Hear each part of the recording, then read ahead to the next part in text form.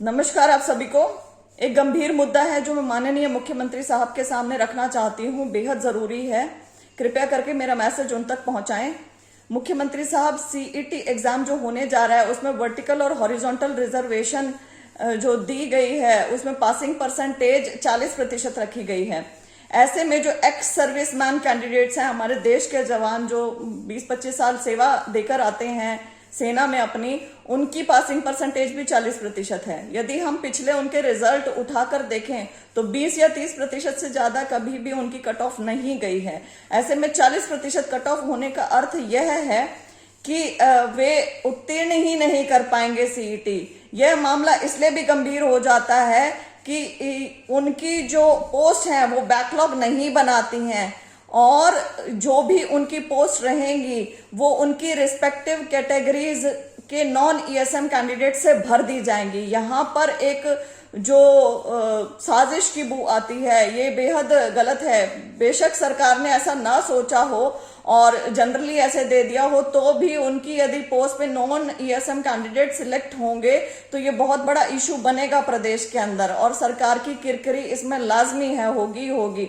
तो इसलिए सरकार इसके ऊपर गंभीरता से सोचे। मैं इसको इसलिए भी हाईलाइट कर रही हूँ क्योंकि इसका एक आधार है। मैं एक लेटर आपको पढ़ के बताना चाहती हूँ।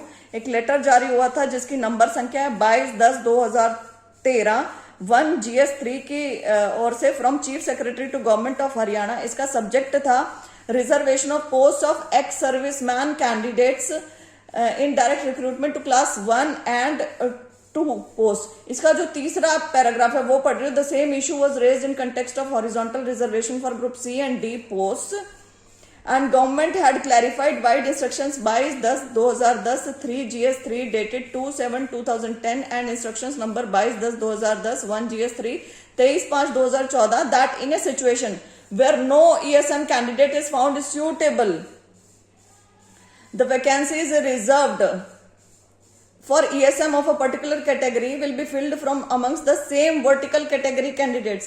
कहने का अर्थ ये है कि यदि सूटेबल ईएसएम कैंडिडेट्स नहीं मिले तो नॉन ईएसएम कैंडिडेट से वो पोस्ट भर दी जाएंगी। तो जो औचित्य है इस वर्ग को ये रिजर्वेशन देने का, वो डिफीट हो जाएगा, पर्पस डिफीट हो जाएगा सरकार का कि इस वर्ग को ये नौकरी मिलनी चाहिए और उस वर्ग को वो नौकरी ना जाके नॉन ईएसएम कैंडिडेट्स को वो नौकरी मिलना। तो वो बेहद गंभीर एक मामला बन सकता है इन फ्यूचर। इसके ऊपर सरकार बेहद गंभीरता से सोचे, वह इसके ऊपर उचित संज्ञान ले और समाधान करें इसका। बहुत बहुत धन्यवाद।